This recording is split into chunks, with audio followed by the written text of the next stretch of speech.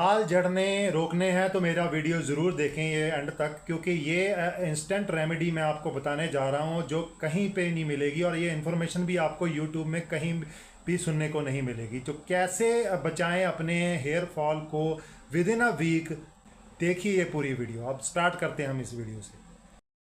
नमस्कार, मैं आपका होस्ट आशीष वालिया। आज मैं आपके लिए लेके आया हूँ एक न्यू वीडियो, जिस पर मैं टोटल कंसर्न जो है मेरा इस वीडियो पर रहेगा हमारा हेल्थ इश्यूज़ पे, और वो मेन हेल्थ इशू है हमारा हेयर फॉल का। जो हमारे हेयर फॉल हो रहे हैं उसके लिए मैंने एक ये प्रॉपर वीडियो बनाई है। ये मैंने वीडियो बड़ी रिसर्च करके बनाई है, क्योंकि ये प्रॉब्लम मेरे से ही स्टार्ट हुई थी। मुझे जब मैं नहा के निकलता था और थोड़ा सा जब मैं बालों पे हाथ लगाता था तो हज़ारों बाल के गुच्छे मेरे हाथों में आ जाते थे। तो मेरे को ये लगा कि मुझे थोड़ा सा अब स्टार्ट कर लेना चाहिए ट्रीटमेंट, अदरवाइज़ मैं गंजा ना हो जाऊं। तो मैंने यूट्यूब्स पे काफ़ी वीडियो देखनी स्टार्ट कर दी, लेकिन कोई इफ़ेक्टिव वीडियो नहीं मुझे मिली।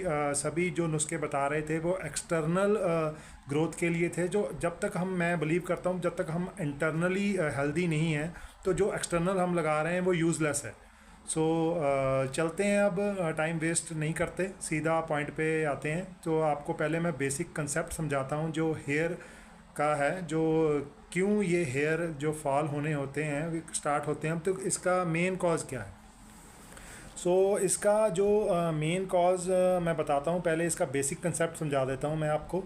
जो इसका बेसिक कंसेप्ट ये है भी, हेयर ग्रोथ जो एक सर्कल होता है वो कैसे स्टार्ट होता है।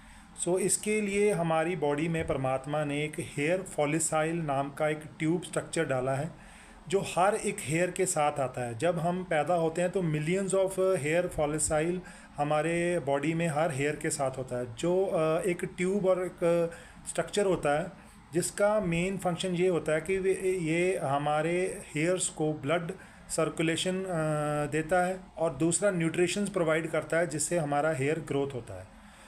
अब मैं आपको बताता हूँ कि ये 3 स्टेजेस में जो हेयर हैं ये हमारे ग्रो होते हैं।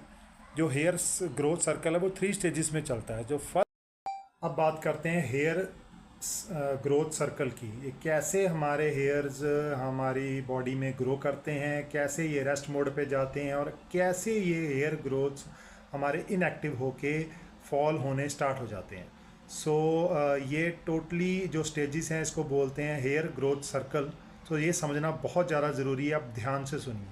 ये इस वीडियो में जो मैं बताने जा रहा हूँ, ऐसा पहला कभी यूट्यूब में कभी ऐसी वीडियो नहीं बनी, तो आपको प्रॉपर नॉलेज दे सके तो आप प्लीज़ इसको ध्यान से सुनना। इसके बाद आप अंडरस्टैंड करेंगे कि हमारे जो हेयर फॉल हो रहे हैं उसका मेन कॉज कैसे है और कहाँ से आता है। इसकी फर्स्ट स्टेज है, उसको बोलते हैं एनाजन। इस फर्स्ट स्टेज में हमारा जो हेयर फॉलिसाइल है वो हमारे हेयर्स को ब्लड सप्लाई करता है और न्यूट्रिशन सप्लाई करता है, सो दैट भी वो हमारे हेयर्स ग्रो कर सकें।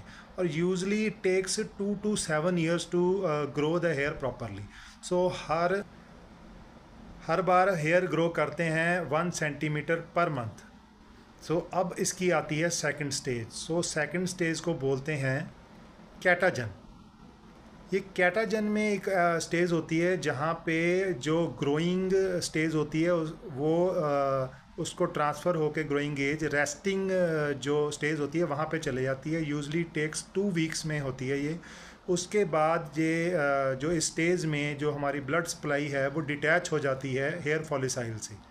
इसकी अब थर्ड स्टेज आती है, उसको बोलते हैं टेलोजन। इस टेलोजन में हमारी जो हेयर ग्रोथ है वो इनएक्टिव हो जाती है, और वो दोबारा जो हेयर्स होते हैं वो फॉल होने शुरू हो जाते हैं। And then this whole process begins again. ये दोबारा फिर से पहले सर्कल में स्टार्ट हो जाती है। हेयर फॉलिसाइल का कोई अपना हर बॉडी का अलग स्ट्रक्चर, अलग ट्यूब में अलग टाइम है। वो डिफरेंट टाइप्स में डिफरेंट स्टेजेस पे होते हैं।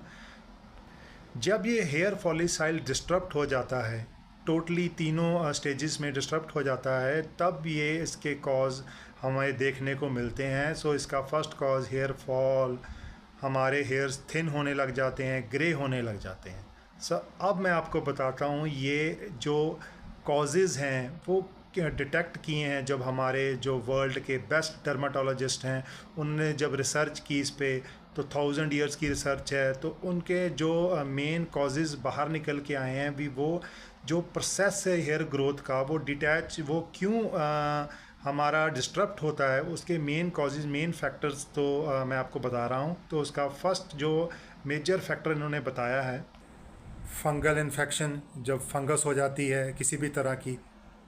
दूसरा hereditary hair loss from genetics, जो हमारे फादर और फोर फादर अगर इस प्रॉब्लम से ग्रसित हैं तो हमें भी वो प्रॉब्लम जेनेटिक्स में मिल जाती है, तो उसका भी एक वन ऑफ द कॉज है। एक हेयर स्टाइल होता है जो लेडीज़ का, जो हेयर अपने टाइट पुल करके उसको बांध के रखते हैं, वो भी वन ऑफ द कॉज है। ब्लीच जो करते हैं, जो कलरिंग करते हैं, वो भी वन ऑफ द कॉज है। हार्मोनल जो चेंजेस आते हैं प्रेगनेंसी में, वो भी वन ऑफ द कॉज है।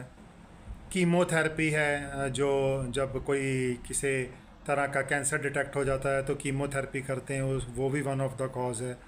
और स्ट्रेसफुल इवेंट्स भी इसका मेन कॉज है, वो भी काफ़ी कंसिडर किया गया है ऑल ओवर द वर्ल्ड।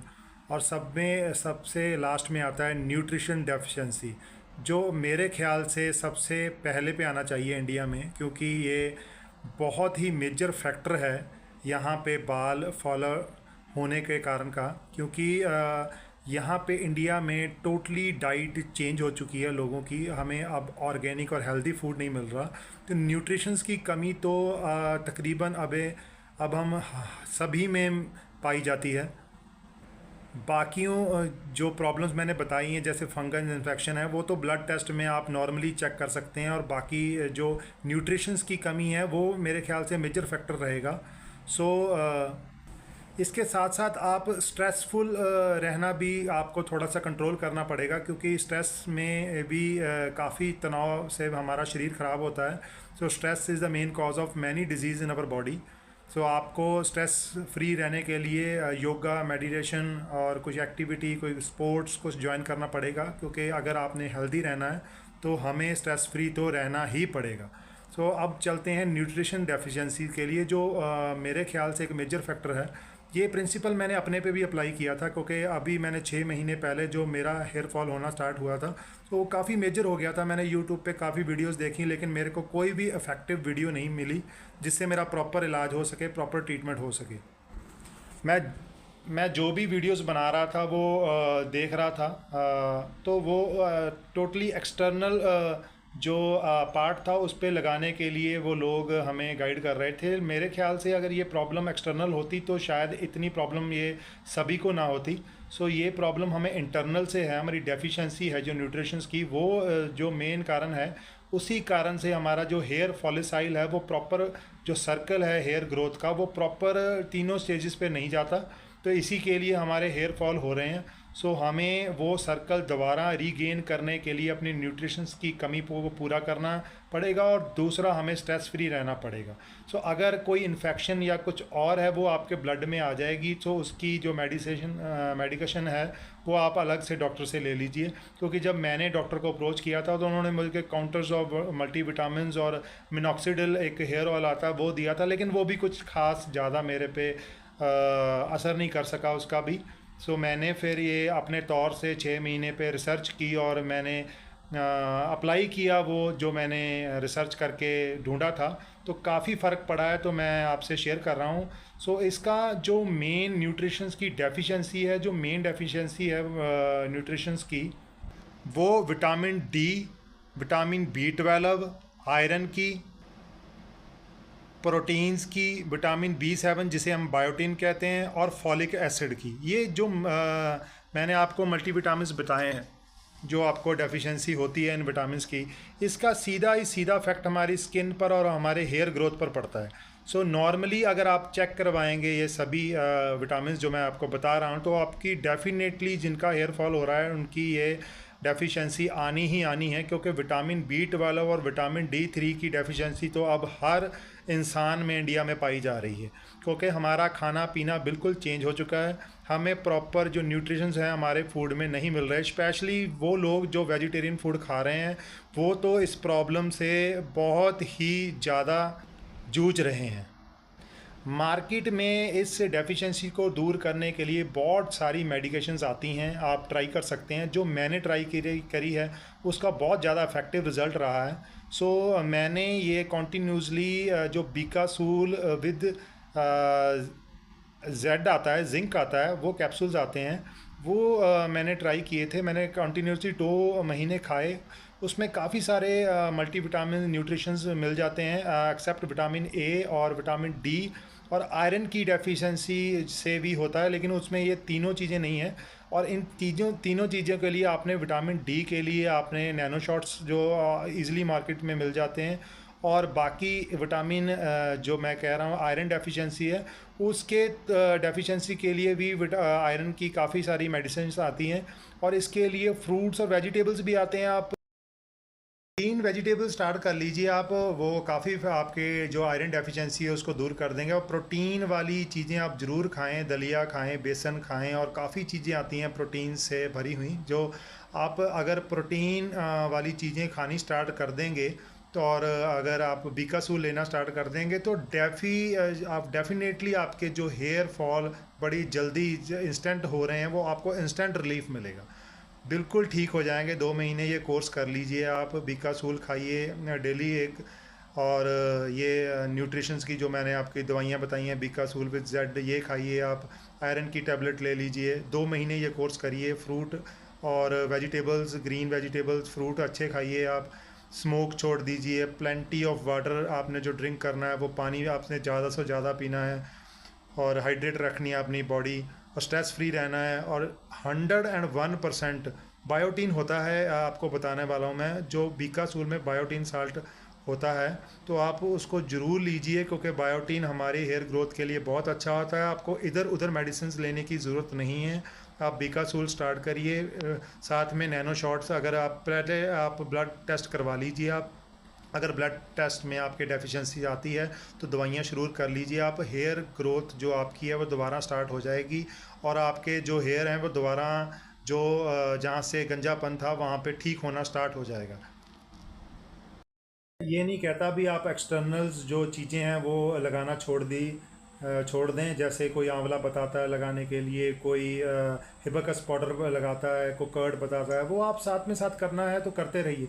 लेकिन जो मेडिकेशंस मैं आपको तरीका बता रहा हूँ हेयर फॉल बचाने के लिए, वो आप ज़रूर करके देखिए। मैंने किया है, मेरा बहुत ज़्यादा फ़र्क पड़ा है। सो डेफिनेटली आपका फ़र्क पड़ेगा। ये चीज़ें कोई नहीं बताता आप, और ये रीज़नेबल मेडिसिन्स हैं, आपको कहीं से भी मिल जाएंगी। बीकासूल तो फाइज़र कंपनी का आता है और रीज़नेबल रेट पे मिल जाता है। और बाकी मेडिकेशंस जो नैनो शॉट्स आते हैं वो भी आपको ईज़िली मिल जाएंगे। और साथ में आप वेजिटेबल्स और ग्रीन वेजिटेबल्स, और आप मिल्क, अगर लैक्टोज टॉलरेंट है तो आप मिल्क ज़रूर स्टार्ट करिए। वो दवाई कोशिश करिए आप मिल्क से लेने के लिए गिलास, तो आप देखना आप 2 महीने में आपके ये बाल झड़ने बिल्कुल बंद हो जाएंगे, और इसका रिज़ल्ट आप 1 वीक में आपको पता लगना स्टार्ट हो जाएगा। एक बार लास्ट में मैं आपको ज़रूर दोबारा बता रहा हूँ भी, न्यूट्रिशन डेफिशिएंसी ये प्रॉब्लम बहुत ज़्यादा हमारे सभी यूथ, यंग और बड़े लोगों में देखने को मिल रही है, जो हमारे हेयर फॉल हो रहे हैं। So nutrition deficiency one of the major cause है। आप अपना ब्लड टेस्ट ज़रूर करवाएं। उसमें ये ब्लड टेस्ट में vitamin A, vitamin B12, vitamin D, iron deficiency और प्रोटीन का ज़रूर आप चेक करवाएं। अगर आपके ब्लड रिपोर्ट में डेफिशिएंसीज आती हैं तो जो मेडिसिन्स मैंने आपको प्रिस्क्राइब की हैं, जो वे आपको बताया मैंने, वो आपको ज़रूर लीजिए। इससे डेफिनेटली आपको 100% फ़र्क पड़ेगा। प्रोटीन डाइट के लिए मैं आपको बताना चाहता हूँ कि आप सोयाबीन, पनीर, दाल, और जो एक प्रोटीन एक्स आता है, वो चॉकलेट पाउडर आता है, वो आप दूध में डाल के ले सकते हैं। इससे आपकी बॉडी में प्रोटीन्स की कमी जल्दी दूर हो जाएगी। और वो जो वाइट चने होते हैं वो भी आप वीक्स में एक बार ले सकते हैं। इसमें जब आपकी बॉडी में प्रोटीन्स की कमी पूरी हो जाएगी तो ये बाल झड़ने तुरंत ही बंद हो जाएंगे। आप ये जो बताए हुए नुस्खे मेरे ज़रूर कीजिए, और ज़रूर दवाई के साथ आप ये चीज़ें लीजिए, तो आप देखना तुरंत आपका 1 वीक में ये बाल झड़ने और ये बाल जो सफ़ेद हो रहे हैं उम्र से पहले, वो ज़रूर बंद हो जाएंगे। आपको ये वीडियो अच्छी लगी तो लाइक, शेयर और सब्सक्राइब ज़रूर कीजिए। Thank you.